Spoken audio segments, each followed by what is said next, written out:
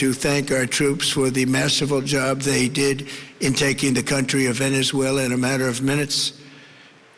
That hit was quick, lethal, violent, and respected by everyone all over the world. After rebuilding our military during my first term, we have by far the strongest military anywhere in the world. And now we're working along with Venezuela and are in a true sense joint venture partners. We're getting along incredibly well in the production and sale of massive amounts of oil and gas, the second largest reserves on earth after the United States of America. We're now totally independent of the Middle East, and yet we are there to help. We don't have to be there. We don't need their oil. We don't need anything they have, but we're there to help our allies. Tonight, I want to provide an update on the tremendous progress our warriors have made in Iran and discuss why Operation Epic Fury is necessary for the safety of America and the security of the world. From the day I announced my campaign for president in 2015, I have vowed that I would never allow Iran to have a nuclear weapon. This fanatical regime has been chanting death to America, death to Israel for 47 years. Their proxies were behind the murder of 241 Americans in the Marine barracks bombing in Beirut, the slaughter of hundreds of our service members with roadside bombs. They were involved in the attack on the USS Cole, and they carried out the countless other heinous acts, including the just horrible, bloody atrocities of October 7th in Israel, something that most people have never seen anything like it. This murderous regime also recently killed 45,000 of their own people who were protesting in Iran. 45,000 dead. For these terrorists to have nuclear weapons would be an intolerable threat. The most violent and thuggish regime on earth would be free to carry out their campaigns of terror, coercion, conquest, and mass murder from behind a nuclear shield. I will never let that happen, and neither should any of our past presidents. This situation has been going on for 47 years and should have been handled long before I arrived in office. I did many things during my 2 terms in office to stop the quest for nuclear weapons by Iran first, and perhaps most importantly, I killed General Qasem Soleimani in my first term.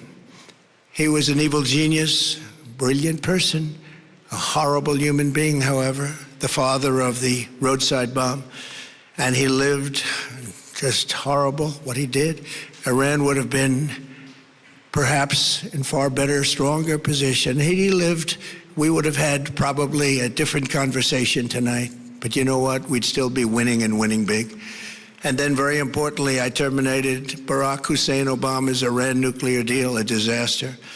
Obama gave them $1.7 billion in cash, green cash, took it out of banks from Virginia, D.C., and Maryland, all the cash they had. He flew it by airplanes in an attempt to buy their respect and loyalty, but it didn't work. They laughed at our president and went on with their mission to have a nuclear bomb. His Iran deal would have led to a colossal arsenal of massive nuclear weapons for Iran, and they would have had them years ago, and they would have used them. It would have been a different world. There would have been no Middle East and no Israel right now, in my opinion, the opinion of a lot of great experts, had I not terminated that terrible deal. And I was so honored to do it. I was so proud to do it. It was so bad right from the beginning. Essentially, I did what no other president was willing to do. They made mistakes, and I am correcting them. My first preference was always the path of diplomacy, yet the regime continued their relentless quest for nuclear weapons and rejected every attempt at an agreement. For this reason, in June, I ordered a strike on Iran's key nuclear facilities, an Operation Midnight Hammer. Nobody's ever seen anything like it. Those beautiful B-2 bombers performed magnificently. We totally obliterated those nuclear sites. The regime then sought to rebuild their nuclear program at a totally different location, making clear they had no intention of abandoning their pursuit of nuclear weapons. They were also rapidly building a vast stockpile of conventional ballistic missiles and would soon have had missiles that could reach the American homeland, Europe, and virtually any other place on Earth. Iran's strategy was so obvious. They wanted to produce as many missiles as possible, and they did, with the longest range possible, and they had some weapons that nobody believed they had. We just learned that out. We took them out. We took them all out so that no one would really dare stop them. And their race for a nuclear bomb, a nuclear weapon like nobody's ever seen before. They were right at the doorstep. For years, everyone has said that Iran cannot have nuclear weapons, but in the end, those are just words if you're not willing to take action when the time comes. As I stated in my announcement of Operation Epic Fury, our objectives are very simple and clear. We are systematically dismantling the regime's ability to threaten America or project power outside of their borders.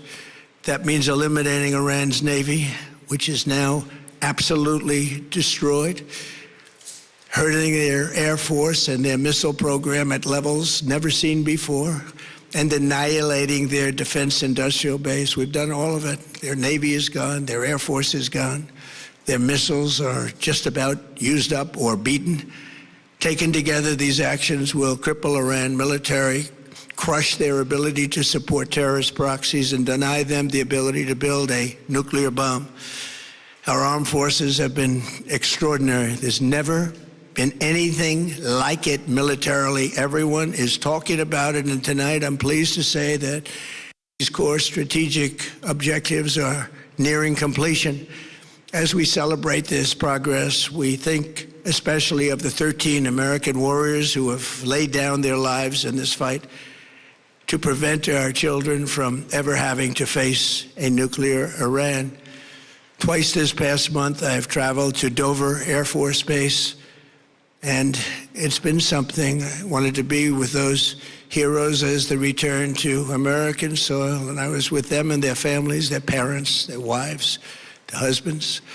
We salute them, and now we must honor them by completing the mission for which they gave their lives. And every single one of the people, their loved ones said, "Please, sir, please finish the job." Every one of them.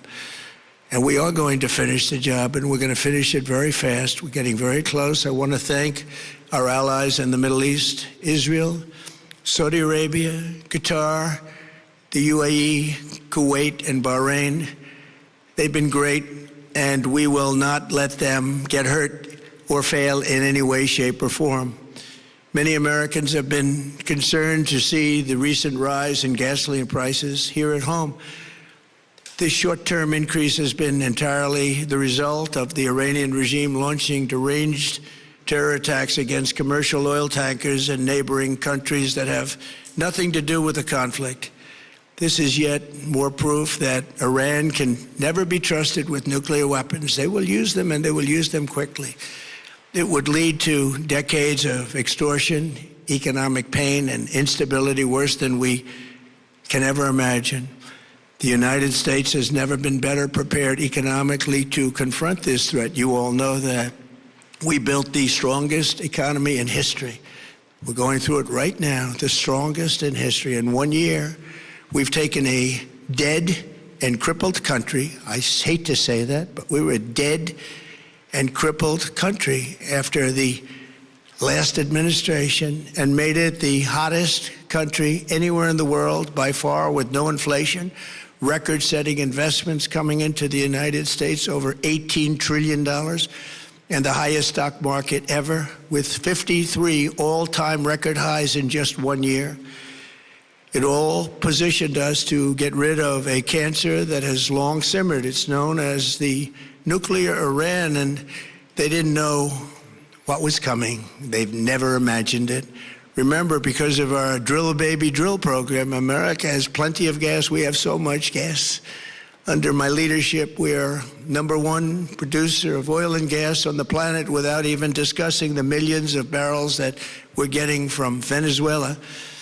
Because of the Trump administration's policies, we produce more oil and gas than Saudi Arabia and Russia combined.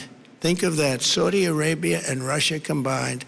And that number will soon be substantially higher than that. There's no country like us anywhere in the world, and we're in great shape for the future. The United States imports almost no oil through the Hormuz Strait and won't be taking any in the future. We don't need it. We haven't needed it, and we don't need it. We've beaten and completely decimated Iran. They are decimated, both militarily and economically and every other way. And the countries of the world that do receive oil through the Hormuz Strait must take care of that passage. They must cherish it. They must grab it and cherish it. They can do it easily. We will be helpful, but they should take the lead in protecting the oil that they so desperately depend on. So to those countries that can't get fuel, many of which refuse to get involved in the decapitation of Iran, we had to do it ourselves. I have a suggestion. #1, buy oil from the United States of America. We have plenty. We have so much. And #2, build up some delayed courage. Should have done it before. Should have done it with us, as we asked. Go to the Strait and just take it, protect it, use it for yourselves. Iran has been essentially decimated. The hard part is done, so it should be easy. And in any event, when this conflict is over, the Strait will open up naturally. It'll just open up naturally. They're going to want to be able to sell oil because that's all they have to try and rebuild. It will resume the flowing, and the gas prices will rapidly come back down. Stock prices will rapidly go back up. They haven't come down very much, frankly. They came down a little bit, but they've had some very good days over the last couple of days. We've done actually much better than I thought, but we had to take that little journey to Iran to get rid of this horrible threat. With our historic tax cuts, where people are just now talking about receiving larger refunds than they ever thought possible, they are getting so much more money than they thought. That's from the great big beautiful bill. Our economy is strong and improving by the day, and it will soon be roaring back like never before. It will top the levels that it was a month ago. I've made clear from the beginning of Operation Epic Fury that we will continue until our objectives are fully achieved. Thanks to the progress we've made, I can say tonight that we are on track to complete all of America's military objectives shortly, very shortly. We're going to hit them extremely hard over the next 2 to 3 weeks. We're going to bring them back to the Stone Ages where they belong. In the meantime, discussions are ongoing. Regime change was not our goal. We never said regime change, but regime change has occurred because of all of their original 好，川普宣布已经重创伊朗的军事，而且取得了历史性的胜利。